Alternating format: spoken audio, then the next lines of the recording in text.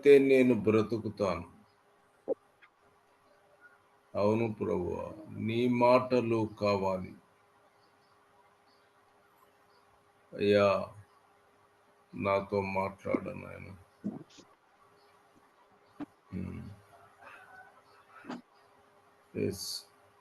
Lord నైనా, నీ వెలుగు ప్రకాశింప చేయనీయము. నీ వెలుగు మాయందు ప్రకాశించునుగాక. మమ్మల్ని ఆశీర్వదించమని నజరేయుడైన యేసుక్రీస్తు నామమున వేడుకొని ప్రార్థిస్తున్నాను తండ్రి. ప్రార్థన చేయము. సర్వోన్నతుడా, దేవుని కుమారుడా, నజరేయుడైన యేసుక్రీస్తు ప్రభువా, నీ పాదములకు వందనాలు, స్తోత్రములు. దయగల తండ్రి, నా రాజా యేసుక్రీస్తు ప్రభువా, నీ పాదములకు వందనాలయ్యా. నిన్నటి ఉదయకాలం నుండి ఉదయకాలం వరకు నైనా మమ్మల్ని అందరినీ మీ రెక్కల కింద భద్రపరిచావు దేవా. గత రాత్రి కాలం మాకు శుక్రత కలుగచేసి తిరిగి ఉదయాలు లేచి నిన్ను ప్రార్థించే భాగ్యము, శక్తిని మాకు దయచేసిన దేవా, నీకు స్తుతి స్తోత్రములయ్యా. అయ్యా, గ్రూపులో నా సహోదరులని వారి కుటుంబ సభ్యులు చేసిన ప్రతి ఒక్క అపరాధోష పాపము దయతో క్షమించండి. మీ రక్తంతో కడగండి నాయన, పరిశుద్ధపరచండి దేవా, నీకు స్తోత్రములు. ఎవరెవరు అనారోగ్యంతో ఉన్నారో ఆ బిడ్డలందరినీ మీరు జ్ఞాపకం చేసుకోండి. సంపూర్ణమైన స్వస్థత దయచేయండి. ఏ సమస్యలతో ఉన్నారో ప్రభా, ఆ సమస్యను తీర్చండి దేవా, నీకే వందనములు, స్తోత్రములయ్యా. అలాగే తండ్రి, నేను, నా భర్త, నా కుటుంబ సభ్యులు చేసిన ప్రతి అపరాధోష పాపములు దయతో క్షమించండి ఆయన, మీ రక్తంతో కడగండి అయ్యా. ఇదే నాన్న ప్రభా, నీ బిడ్డలు ఈ వాక్యం ప్రకటించబోతుండే నాయన, ఆ బిడ్డలిద్దరిని మీరు స్వాధీనపరచుకోండి. పరిశుద్ధాత్మ దేవుడా, సహాయం దయచేయండి. వారి నోర్లు బావుగా తెరవండి ఆయన. ఆ వాక్యాన్ని వినగలిగిన మనసు తండ్రి గ్రహించుకుని హృదయం దయచేసి మీరే మహిమ పొందమని, సర్వకాల సర్వవసరం మీరు మాకు తోడుగా నీడగా నడిపించమని నజరేయుడైన యేసుక్రీస్తు ప్రభు నామమున వేడుకొంచు ప్రార్థిస్తున్నాను తండ్రి.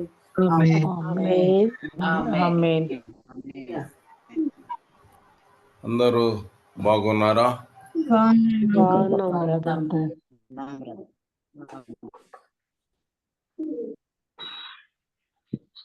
ఆమేన్. హల్లెలూయా. నిన్న చక్కగా పాఠ్య భాగములన్నీ తెచ్చుకున్నారా? మళ్ళా చెప్పవలసి ఉన్నదా?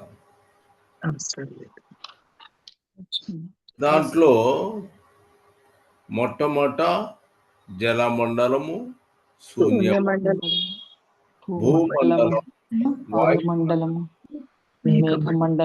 మేఘమండలము, ఆకాశమండలము, పరమండలము అని చెప్పాము. ఇవన్నీ కూడా చాలా చాలా విలువైనటువంటి ఇన్ఫర్మేషన్స్ వీటిల్లో ఉన్నాయి. వీటన్నిటిలో కూడా ఆకాశ మండలము అనేటువంటి విషయము, ఇంకొక విషయము మనం జాగ్రత్తగా వివరిస్తే మనకి అర్థమవుతుంది. అర్థమైందా? ఏం చెప్పండి? ఆకాశ మండలము. ఈ ఆకాశ మండలములో ఎవరుంటారు? దురాత్మల ఒకటి 6వ అధ్యాయము ఎఫెసీ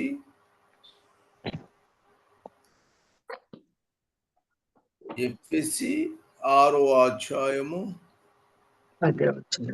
10వ వచనము నుంచి చదవండి. తుదకు ప్రభు యొక్క మహాశక్తిని బట్టి ఆయన యందు బలవంతులై ఉండుడి.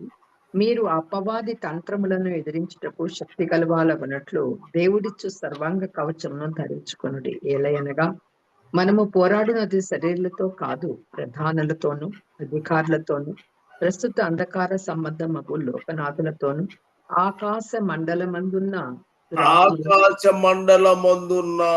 అండర్లైన్ చేసుకోవాలి మీరు. దురాత్మల సమూహముతోనూ పోరాడుచున్నాం. ఆమేన్. హల్లెలూయా. ఈ వాక్యము జాగ్రత్తగా మీరు జ్ఞాపకం చేసుకోవాలి.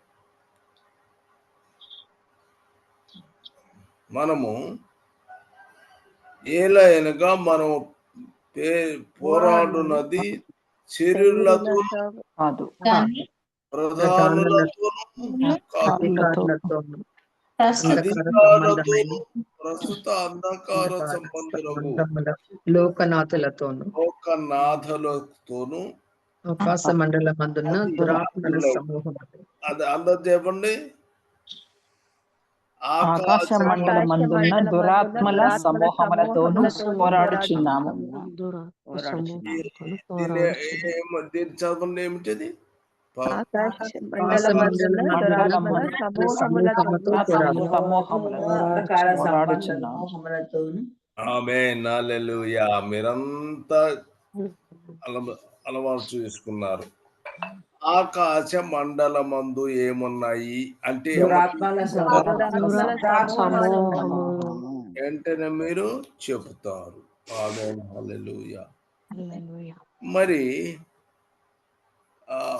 ఫస్ట్ తెస్సలోనిక 4వ అధ్యాయము 17 చదవండి. ఆ మీదట సజీవులై నిలిచి ఉండు మనుషులు 17 వచనం. 4:17 ఆ మీదట సజీవులమే నిలిచి ఉండు మనము వారితో కూడా ఏకముగా ప్రభువును ఎదుర్కొనుటకు అక్కడ ప్లీజ్. ఏమిటి? సజీవ ఆకాశ మండల ఇందాక ఏం చదివారు?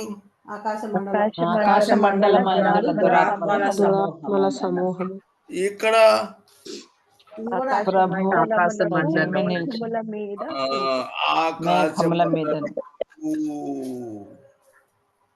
ఎక్కడన్నారు? ఆకాశ మండలమున ఏకముగా ప్రభువును ఎదుర్కొనుటకు మేఘముల మేఘములపై మీద కొనిపోబడుతున్నాం. ఆమేన్, హల్లెలూయా.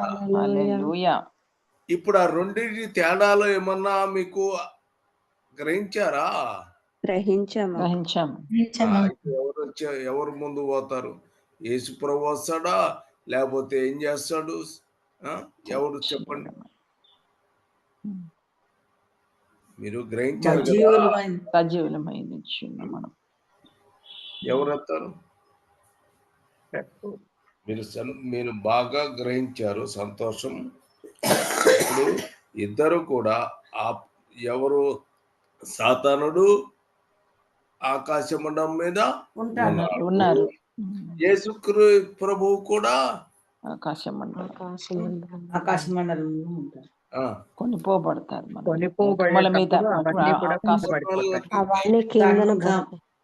అవన్నీ కింద పడిపోతాయి, మనం పైకి వెళ్తాం. మీరు ఇంకొక విషయము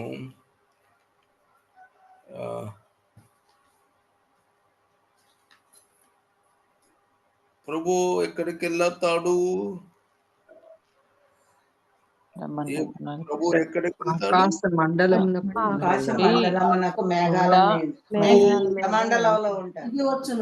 ఆయన వెళ్ళేది ఎక్కడికి? పరమండలం.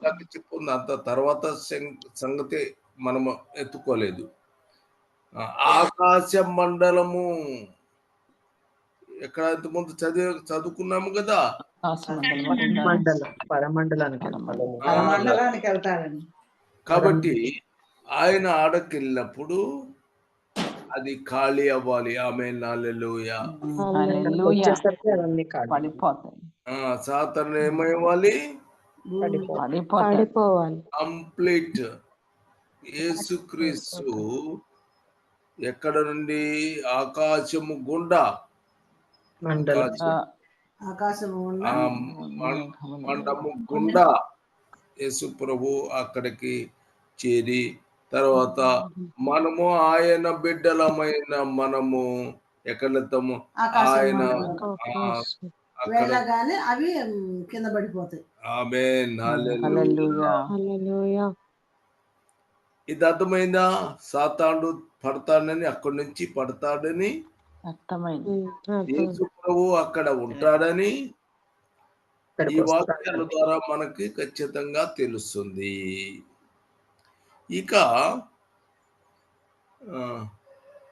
ఇక మీరు జాగ్రత్తగా పరిశీలన చేయాల్సిన విషయం ఉంది.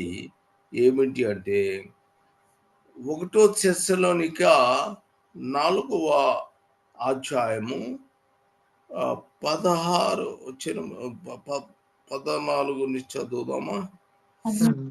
యేసు మృతి పొంది 14 14 నుంచి చదువుతాను. యేసు మృతి పొంది తిరిగి లేచినని మనము నమ్మిన ఎడల అదే ప్రకారము యేసునందు నిద్రించిన వారిని దేవుడు ఆయనతో కూడా వెంటబెట్టుకుని అక్కడ వచ్చును. ఆగమ్మా. ఎవరు? యేసునందు నిద్రించి నిలిచి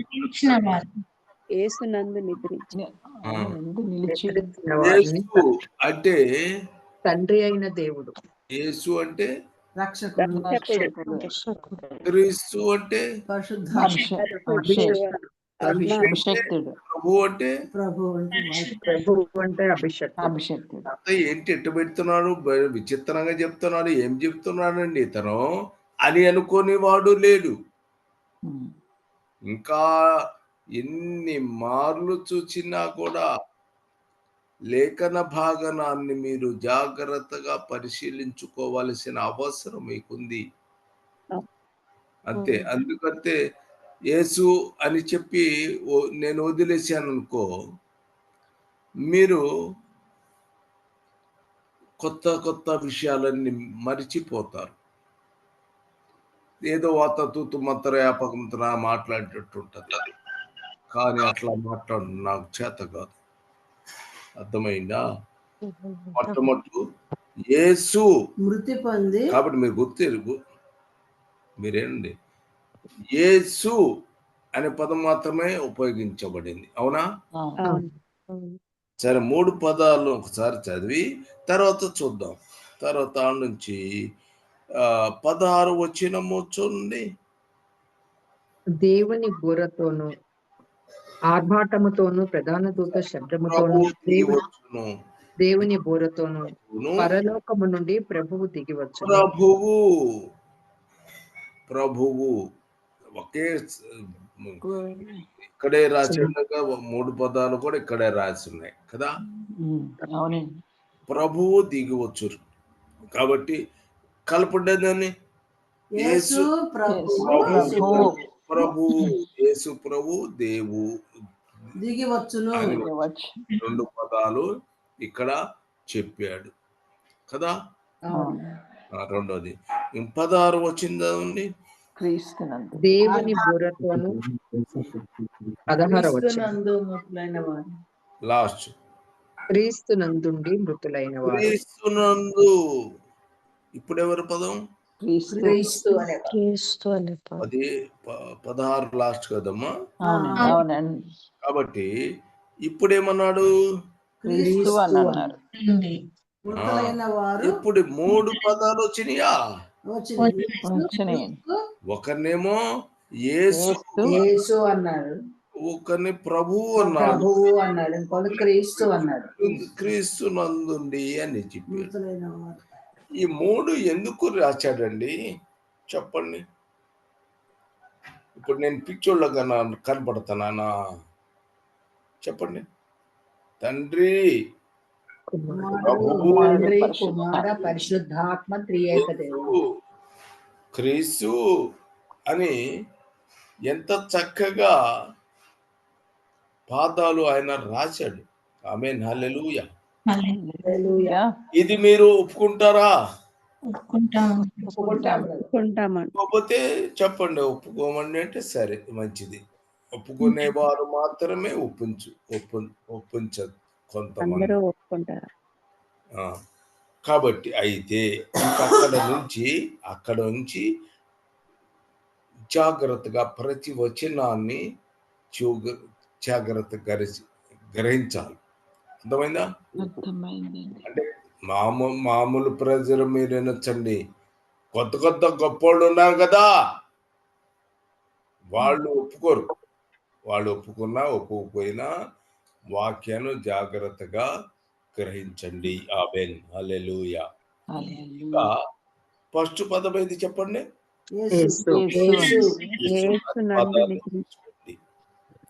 ఇప్పుడు చదవండి. ఎక్కడమ్మా? 14.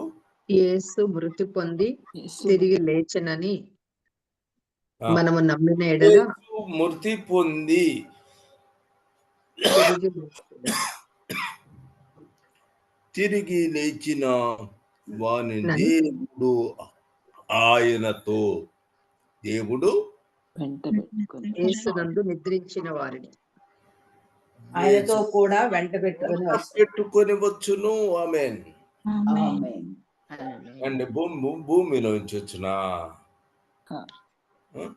దేవుడు భూమిలో ఉండ వాళ్ళని పైకి తీసుకొచ్చిన కాదు. యేసు మృతి పొంది తిరిగి లేచెను. వాళ్ళు ఆల్రెడీ చనిపోయారు, లేచారు. వాళ్ళు యేసు మృతి పొంది తిరిగి లేచాడు. చచ్చిపోయి తిరిగి లేచాడు కదా.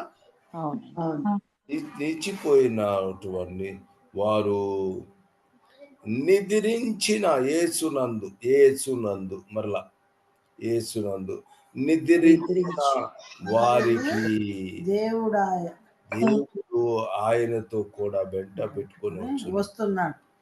దేవుడు భూమి కింద ఉన్నాడా? దేవుడు పరమండలం నుంచి పరలోకములో దేవుడు ఉన్నాడు. మరి వీళ్ళు ఎక్కడున్నారు? వీళ్ళు ఆయన వెంట పెట్టుకొని అక్కడే ఉన్నారు. అక్కడ ఉన్నటువంటి వాళ్ళని ఎంటర్చుకొని వస్తున్నారు. చనిపోయి లేపబడిన నిద్రించిన వాళ్ళందరినీ యేసు ఆయనతో కూడా వెంట పెట్టుకొని వస్తాడు. ఆయన వాళ్ళని తీసుకొని వస్తున్నాడు. దేవుడు పరలోకమున్న యేసుక్రీస్తు ప్రభు.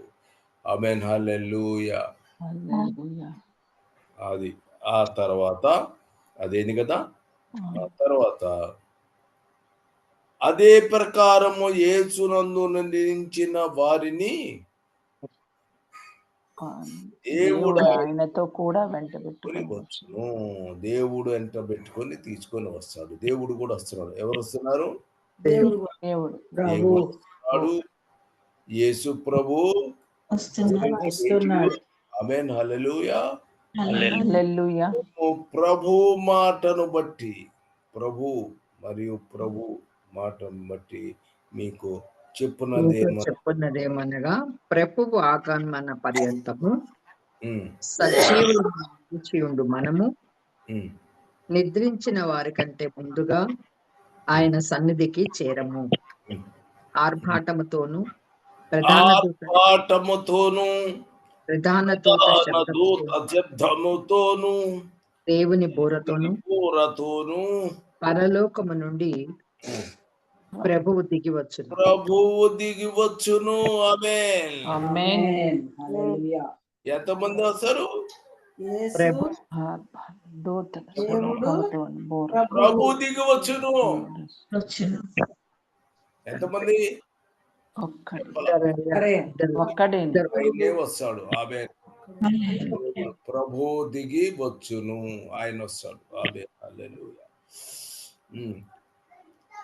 తర్వాత యేసు అయిపోయింది కదా. యేసుని చూసాం కదా.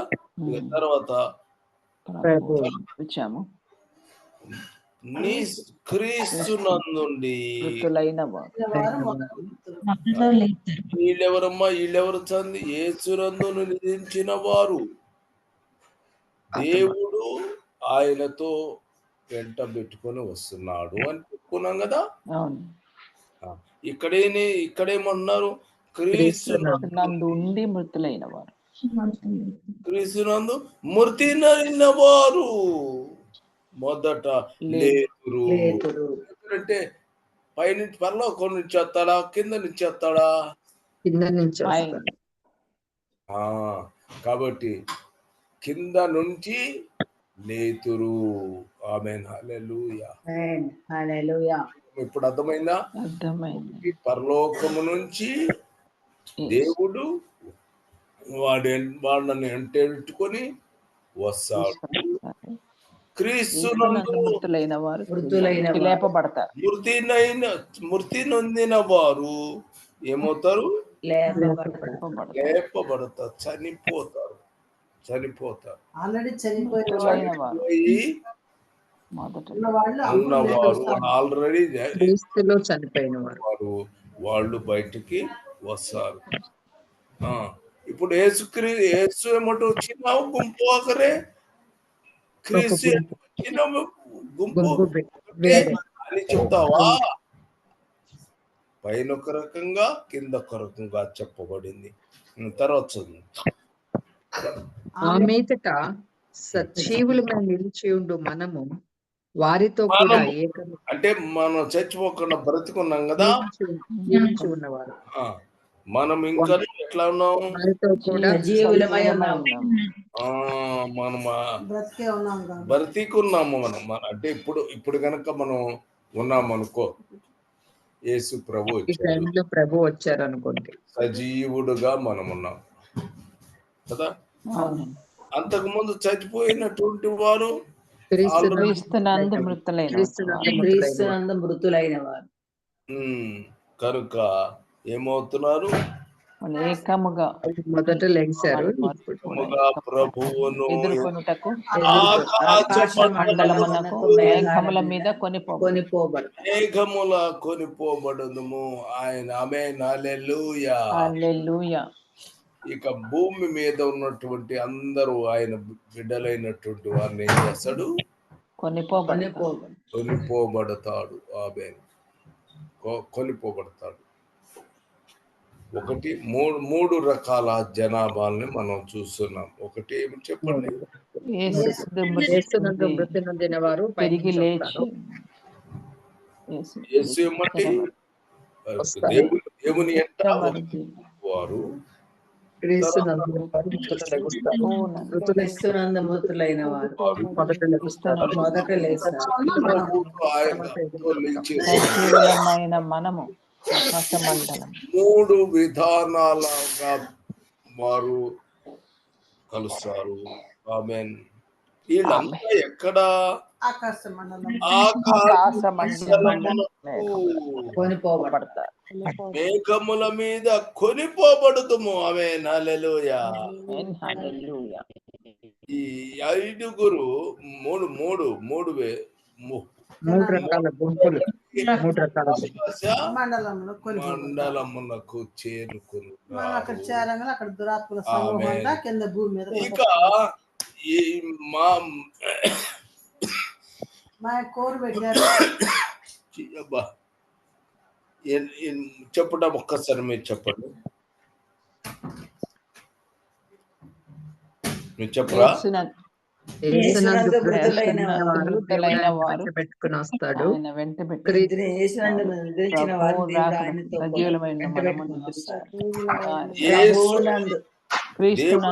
వచ్చేవాళ్ళు దేవునితో కలిసి వస్తున్నారు. వచ్చేవాళ్ళు యేసునందు మృతి చెందిన వాళ్ళు. రెండోది మృతులైన వారు భూమిలో నుంచి లభిస్తారు. ఆర్భాటముతో ప్రభువు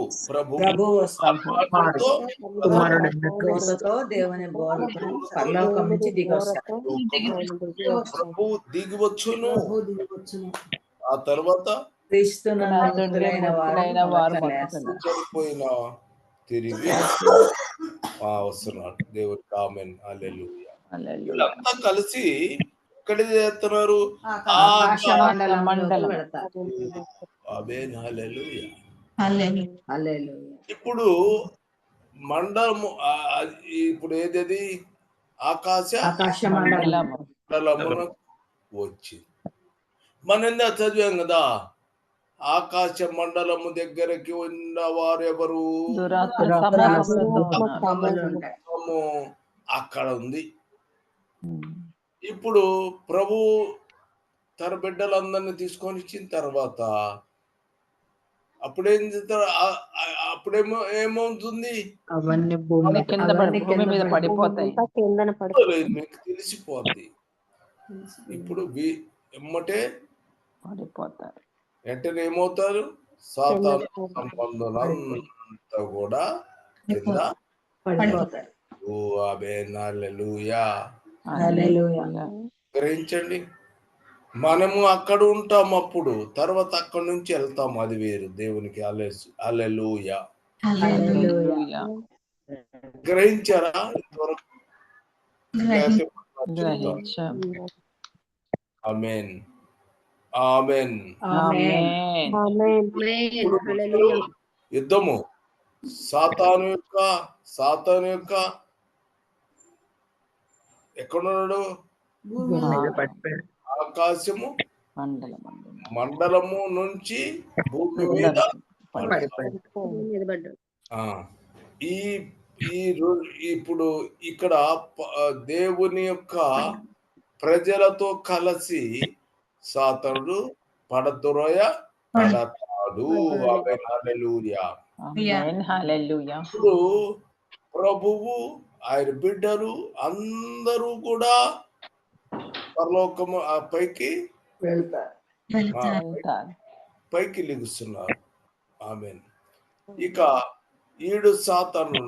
ఇది మీరు గ్రహించాల్సిన వాక్యము ఏంటంటే, ఒక్కసారి మీరు గ్రహించేది ఏంటంటే,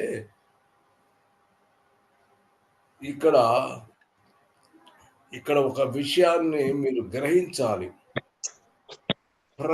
మీరు సరేలే, ఇంకోసారి చెప్తాను. దేవుని స్తోత్రం, హల్లెలూయా. ఎందుకంటే గ్రంథాలు ఇవన్నీ ఏంటి అనేది మొట్టమొదటి మీరు తెలుసుకోవాలి. దాని గురించి ఇప్పుడు టైం లేదు నాకు. ఆమేన్, హల్లెలూయా. హల్లెలూయా. స్తోత్రం, మహిమ, మహాకారణత, మహిమ ప్రభావం యేసుక్రీస్తు ప్రభు. నాయనా, నీవు ఇచ్చినటువంటి వాక్యమును చాధ్యమంతో చెప్తున్నా. నీవే నా ప్రభువా, నీ వాక్యము బయలుపరచును. నా తండ్రి ఆశీర్వదించును. ఇక్కడున్న ప్రజలందరినీ ఆశీర్వదించును, దీవించి కాపాడును. యేసుక్రీస్తు ప్రభు యొక్క నాయనా ప్రభువా, నాయనా ప్రభు, నాయనా